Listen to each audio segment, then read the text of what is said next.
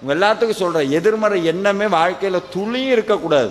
நடக்குமா நடக்காதா சந்தேகம், நடக்கும்டா, நடக்கலையா முருகன் எடுத்துக்கிட்டேன் அவ்வளவுதான், விட்டுரு, அடுத்த வேலைக்கு போயிடணும். சும்மா அதையே போட்டு தொங்கிக்கிட்டே இருக்கக்கூடாது. சில பேர் வீட்டில் ஒரு செத்த எலி இருக்குன்னா என்ன பண்ணுவீங்க? அப்படியே வச்சிருப்பீங்களா? என்ன பண்ணுவோம்? தூக்கி போட்டுருவோம். ஒருத்தன் வீட்டுக்கு வந்திருக்கான், எலி செத்து போச்சு, செண்டு அடிச்சிருக்காங்க வீட்டை சுற்றி, எங்க கிடக்குன்னு தெரியல, செண்டு அடிச்சிருக்காங்க நல்லா படபட படபடன்னு. வீட்டுக்கு வந்து உட்கார்ந்துருக்காங்க. ஒரு அரை மணி நேரம் கழிச்சுன்னு உட்கார முடியல அவங்கனால. ஏன்? நாத்து அடிக்க ஆரம்பிச்சிருச்சு. அப்புறம் புரிஞ்சிருச்சு, செத்த எலி இருக்கிற வரைக்கும் வீட்டுக்குள்ள வாசம் அடிச்சுக்கிட்டே தான் இருக்கும். நம்மளுடைய கடந்த கால வாழ்க்கையும் கடந்த கால எண்ணங்களும் செத்த எலிதான். அதை உள்ள சுமந்துகிட்டு இருக்கிற வரைக்கும் நாத்த அடிச்சுக்கிட்டே தான் இருக்கும்.